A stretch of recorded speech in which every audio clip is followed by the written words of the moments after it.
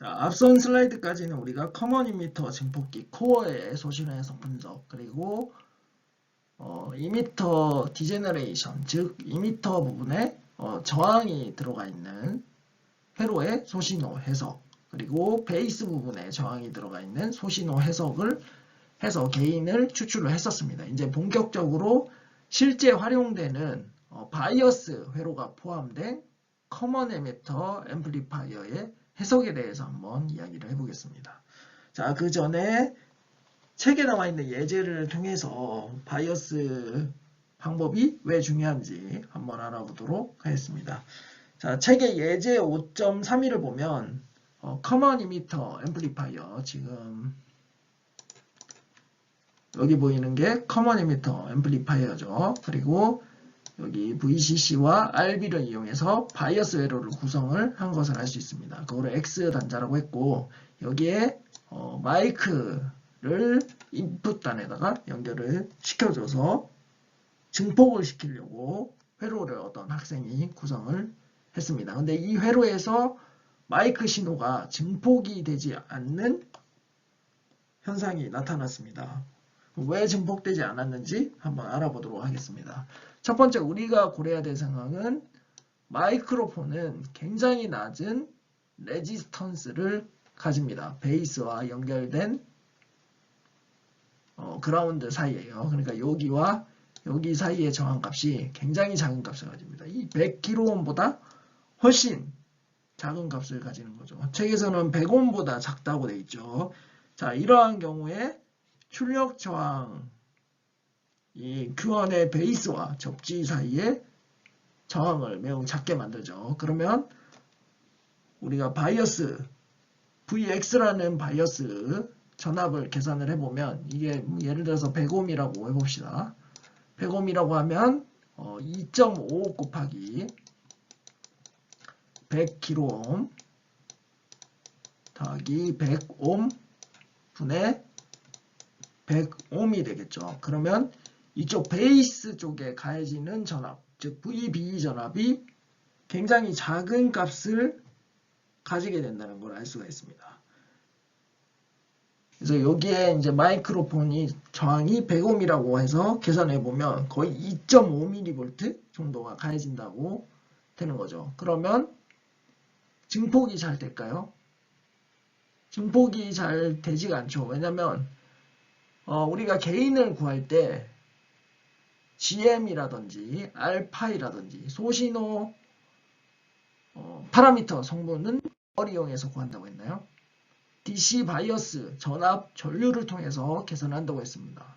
근데 지금 VB가 2.5mV면 아무리 게인을 어떻게 크게 만들어줘도 컬렉터 쪽의 전류가 굉장히 작은 값을 가지겠죠. 그러면 게인이 당연히 엄청 작은 값을 가지게 되는 겁니다. 그래서 정상적으로 증폭이 되지 않았던 거죠.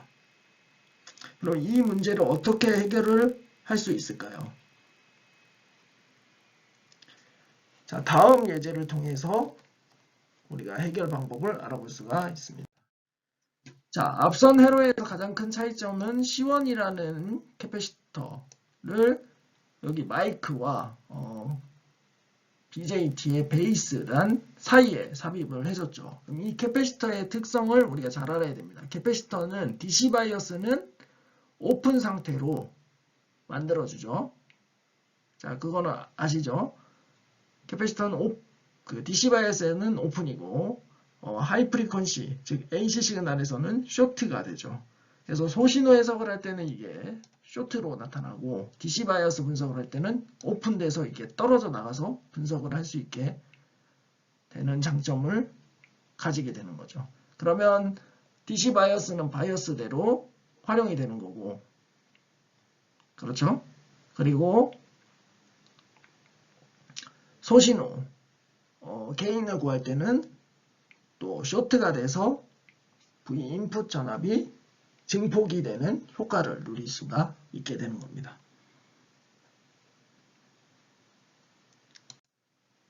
자, 그럼 이 회로의 해석을 한번 해보도록 하죠. 자, 첫 번째 우리가 DC 해석부터 해야 된다고 했죠. 자, A에 있는 그림이 아까 앞에 나와 있던 회로의 그림이죠. 이거를 DC 분석을 위한 회로로 나타낸다. 그러면 이 캐패시터단은 오픈이 돼서 사라지죠. 그러면 이런 회로가 나오는 것을 알 수가 있습니다. 그러면 우리가 바이어스 포인트를 이 회로를 통해서 구할 수가 있게 되겠죠.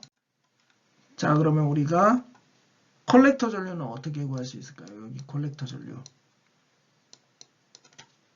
여기 컬렉터 전류를 구하기 위해서는 어떻게 하면 될까요? 베이스 전류를 구한 다음에 베타 값을 곱해주면 되겠죠. 그럼 베이스 전류, 요 전류는 얼마일까요? 요 전류는 VCC-V BE 이게 뭐 한 800mV 정도 된다고 했었죠. 정상적으로 ON이 됐을 때. 어쨌든 요 값에 RB 그리고 곱하기 베타를 해주면 이게 컬렉터 전류가 된다는 사실을 알 수가 있습니다. 그러면 여기 컬렉터단의 전압은 어떻게 될까요? 컬렉터단의 전압은 VCC IC RC가 되죠. 그게 VY V 아웃풋이 되는 거죠. 여기에다가 IC 요 값을 여기다가 대입을 해줍니다. 그러면 수식이 나오죠. VCC 여기에다가 좀 적겠습니다. 지적을 해도 RC 곱하기 베타 RB분의 VCC-V BE가 되는 것을 알 수가 있죠. 자, 그러면 우리가 여기서 또 하나 눈여겨봐야 될 점은 어쨌든 여기가 우리가 파라미터 값들을 알면 이 DC 바이어스 전류 전압을 구할 수가 있죠. 그래서 이게 포워드 액티브 영역에도 동작하는지 확인을 하고 이 파라미터들을 이용해서 소신호 파라미터 GM 뭐 알파이 이런 것들을 계산을 해야겠죠. 그 다음에 A의 회로를 소신호 해석을 위한 회로로 바꿔주면 되겠죠. 자, 그 전에 여기서 눈여겨봐야 될 부분은 우리가 지금 VY라는 거를 이렇게 구했죠. 이렇게 됐을 때 VY는 VBE보다 큰 값을 가져야 되겠죠. VBE 그래야 포워드 액티브 영역에서 동작을 하니까요. 그래서 이 부분을 잘 판단을 해야 되는 거고 그리고 나서 소신호 해석을 해봅시다. 소신호 해석을 한 게 C회로죠. 자, C회로로 가게 되면 우리가 캐패시터가 어떻게 됐나요? 캐패시터가 단락 쇼트가 된다 했죠. 그래서 쇼트가 돼서 지금 V인이라는 전압원이 이렇게 들어가게 됩니다. 그리고 RB는 그라운드가 되죠. 소신호 해석에서 여기도 그라운드가 되는 거고요. 그러면 이런 간략한 회로가 나오는 걸 알 수가 있습니다. 그럼 K는 어떻게 되나요? K는 여러분 구할 수 있죠. 여기 지금 베이스단에 저항 성분이 없죠. 저항 성분이 없으면 K는 어떻게 되나요?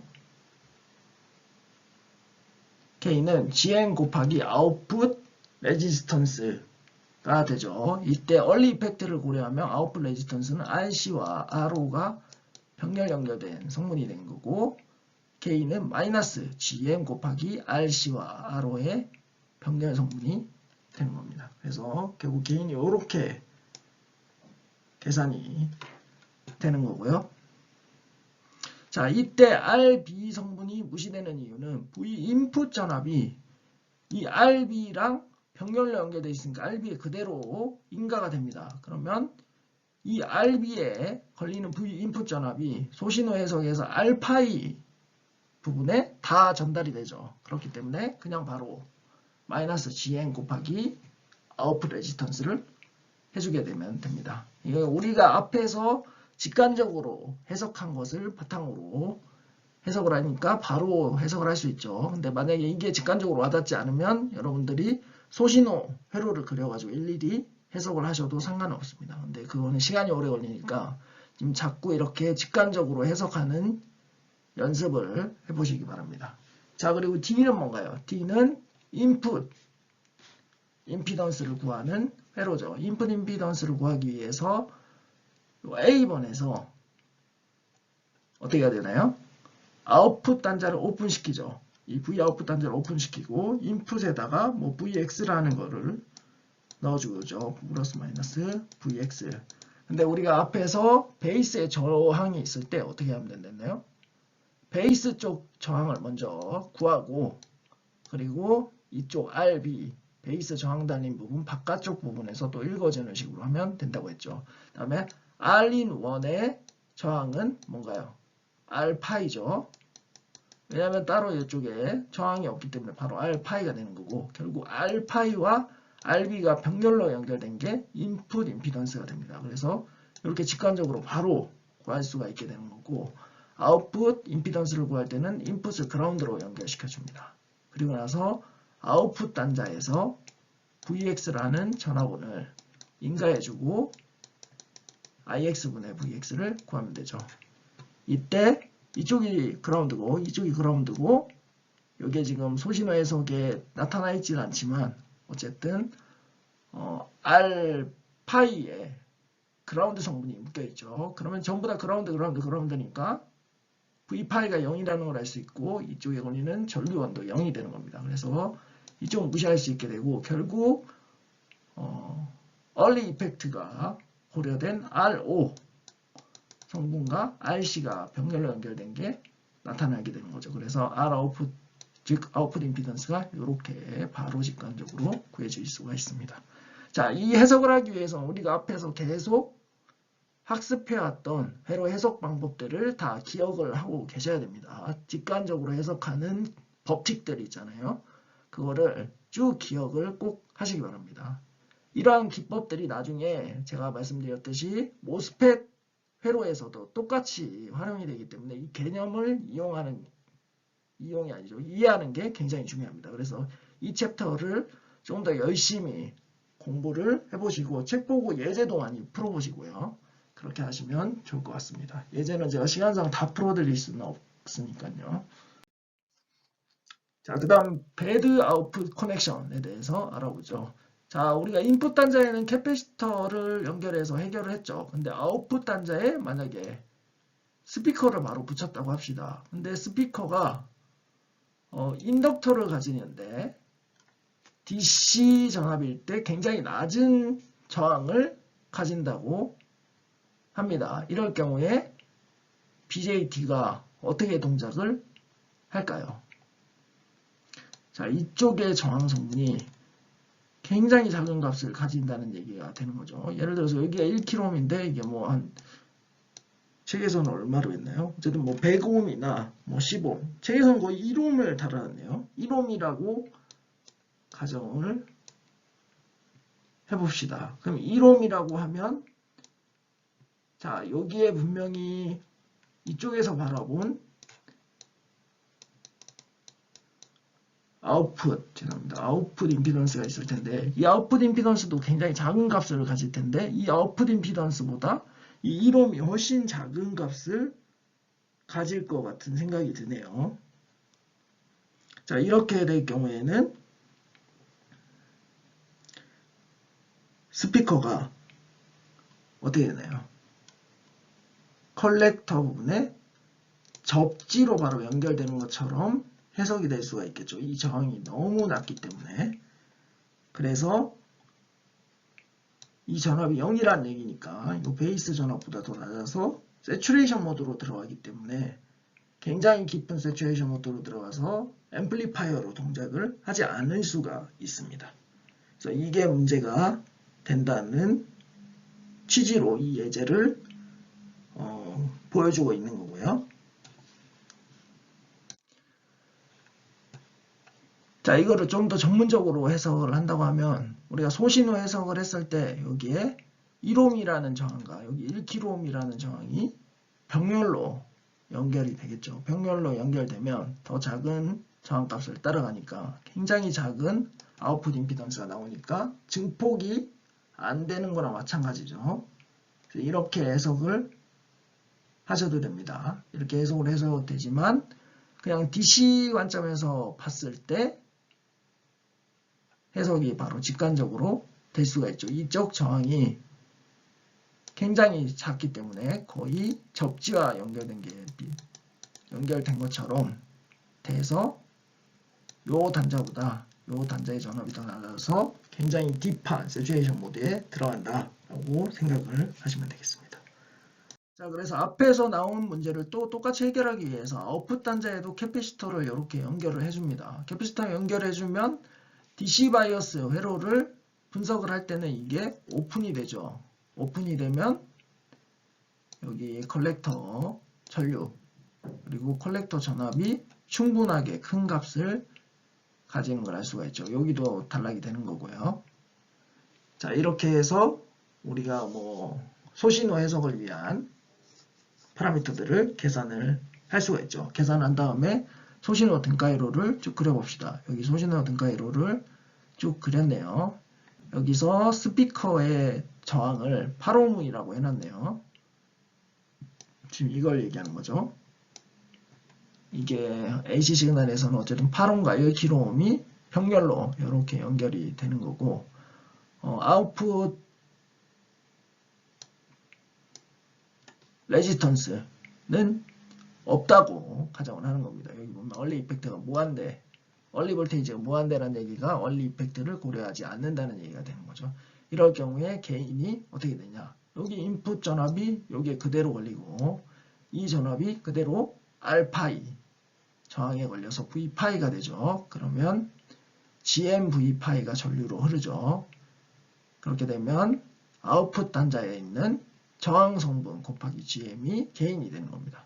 그래서 마이너스 5로 붙이고 GM 곱하기 RC와 RSP의 병렬 저항 값이 곱해지는 거죠. 근데 병렬 저항에서는 저항 값이 가장 작은 거를 따라가죠. 그래서 결국 이 RSP, 스피커의 저항이 더 작기 때문에 이 RC는 무시되고 이 RSP 곱하기 GM이 된다고 가정을 할 수 있죠. 근데 8ohm이면 굉장히 작은 걸 알 수 있습니다. 그래서 게인이 엄청나게 작다는 걸 알 수가 있죠. 제가 앞에서 잠깐 얘기를 했었죠. AC 시그널로 해석할 때도 게인이 줄어들 수가 있다고. 그래서 결국에는 이게 정상적인 회로는 아니다라는 걸 알 수 있죠. 캐패시터를 달아도 이게 정상적으로 증폭할 수 있는 회로는 아니다라는 걸 알 수 있죠. 그 이유가 게인이 이득이 엄청나게 크게 떨어지기 때문입니다. 스피커의 인풋 임피던스가 너무 작아서 로드 쪽에 달리기 때문입니다.